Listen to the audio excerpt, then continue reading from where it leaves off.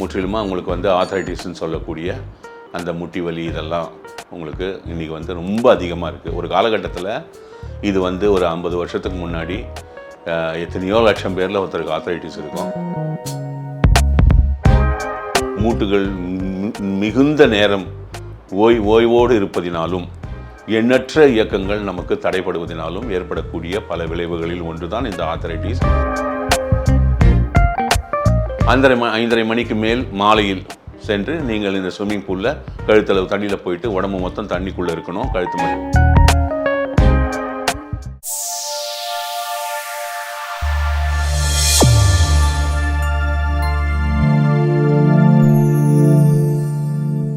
அனைவருக்கும் வணக்கம். நான் உங்கள் CKN.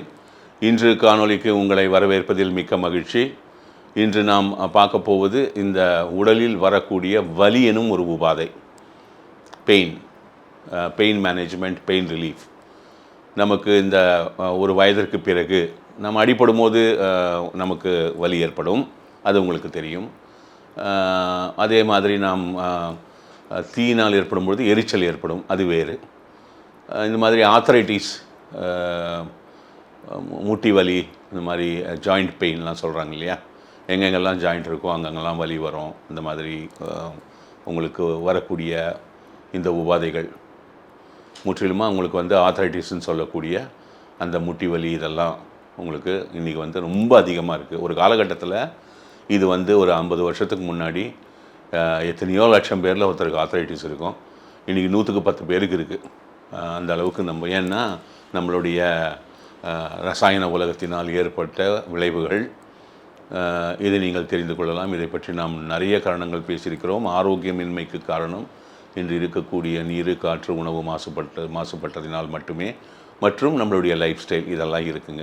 நம்மளுடைய உடல் உழைப்பு குறைந்து விட்டது, எக்ஸசைஸ் குறைந்து விட்டது, எல்லாம் குறைஞ்சி போச்சு. இந்த மாதிரி நீங்கள் வந்து வலி, பெயின், ஆர்த்ரைட்டிஸ் பெயின், அந்த மாதிரி நெக் பெயின், பேக் பெயின், இடுப்பு வலி, கணுக்கால் வலி, முட்டி வலி, ரிஸ்ட்டு பெயின், இந்த மாதிரிலாம் இருக்கிறவங்க எல்லாம் வந்து நீங்கள் கம்ப்யூட்டரில் நிறைய நேரம் வேலை செய்கிறதுனால, நம்ம நடக்காதனாலையும், நம்ம ஒரே பொசிஷனில் உட்காந்து வேலை செய்கிறதுனாலையும் நம்மளுக்கு இதெல்லாம் வரத்துக்கு, நம்மளுக்கு அந்த முதுகு வலி, கழுத்து வலி இதெல்லாம் வரத்துக்கு வாய்ப்பு இருக்குது. நம்ம வந்து ரொம்ப போய் விளையாடுறதில்ல, எதுவும் பண்ணுறதில்ல, நம்ம போய் வந்து உடல் பயிற்சி பண்ணுறதில்ல. நம்ம செய்யக்கூடிய வேலைகள் எப்போவுமே வந்து மிகப்பெரிய அலுவலகங்கள் அமைகின்றன. அங்கே வந்து எப்போவுமே சென்ட்ரலைஸ்டு ஏர் கண்டிஷன் இருப்பதனால நம்ம ஒரு ஆர்டிஃபிஷியல் அட்மாஸ்பியரில் இருக்கிறோம். அதனால் நமக்கு வந்து உடல் இயக்கங்கள் குறைபாடு ஏற்படுகிறது. அசைவுகள் இல்லாத காரணத்தினால் நம் மூட்டுகள் மிகுந்த நேரம் ஓய்வோடு இருப்பதினாலும் எண்ணற்ற இயக்கங்கள் நமக்கு தடைப்படுவதனாலும் ஏற்படக்கூடிய பல விளைவுகளில் ஒன்றுதான் இந்த ஆர்த்ரைட்டிஸ், இந்த வலி, இந்த பெயின் மேனேஜ்மெண்ட். இதற்கு வந்து எண்ணற்ற வலி நிவாரணிகள் இருக்கின்றன, பெயின் கில்லர்ஸ் இருக்கின்றன. அதெல்லாம் நம்ம சாப்பிடும் பொழுது நம்மளுக்கு வந்து அது நம்மளுடைய சிறுநீரகத்தை மிக அதிகமாக பாதிக்கிறது. இதையும் நீங்கள் தெரிந்து கொள்ள வேண்டும். இந்த மாதிரி வலியெல்லாம் வந்துருச்சுன்னா நீங்கள் என்ன பண்ணணும்? இதுக்கெல்லாம் நீங்கள் எந்த மருந்தையும் போய் தேட வேண்டியதில்லை, எந்த டாக்டரையும் போய் தேட வேண்டியதில்லை. ரொம்ப சிம்பிளான வழி இருக்குது.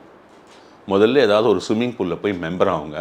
கழுத்தளவு தண்ணியில் போயிடுங்க, தலை மட்டும் வெளியே இருக்கட்டும். 1 மணி நேரம் தண்ணியில் நடந்தீங்கன்னா ஒரு 3 மாதத்தில் கம்ப்ளீட்டாக உங்களை வந்து நீங்கள் குணம் செய்து கொள்ள முடியும். வலியெல்லாம் காணாமல் போயிடும். அதுக்கப்புறம் நீங்கள் என்ன பண்ணணும் அப்படின்னா, ஏதாவது ஒரு கேம்ஸ் தேர்ந்தெடுங்க. உங்களுடைய பொண்ணான ஒரு மணி நேரத்தை அதுக்கு ஒதுக்கிறதுக்கு வழி பாருங்கள். காலையில் ஒரு உதாரணத்துக்கு சொல்லணுன்னா ஒரு 5:30 மணிக்கு எழுந்துருங்க.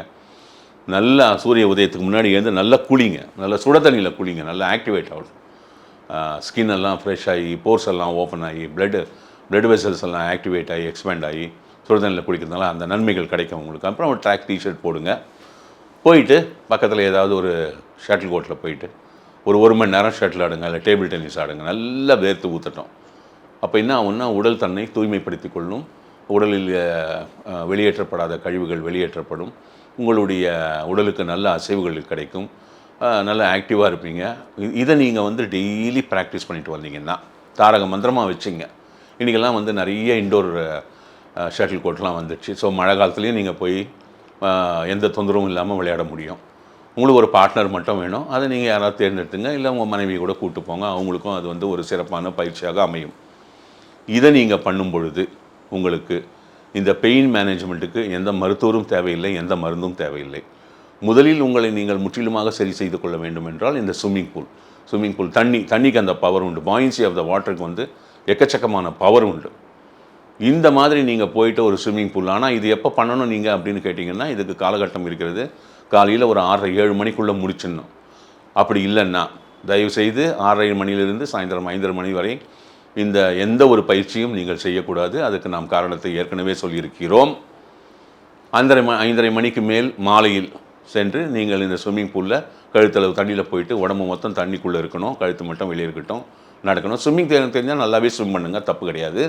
1 மணி நேரம் ஸ்விம் பண்ணுங்கள். அது வந்து ரொம்ப டயரிங் எக்ஸசைஸாகவும் இருக்கும். முதல்ல கொஞ்சம் கொஞ்சமாக நீங்கள் பில்ட் பண்ணி 1 மாதத்தில் 1 மணி நேரம் ஸ்விம் பண்ணுற மாதிரி எடுத்துன்னு வந்துடலாம். அப்படி ஸ்விம்மிங் தெரியாதவர்கள் கழுத்தளவு தண்ணியில் போயிட்டு தண்ணியில் நடங்க. ஒரு 3 மணி நேரம் 1 மணி நேரம் நடங்க, டெய்லி நடங்க.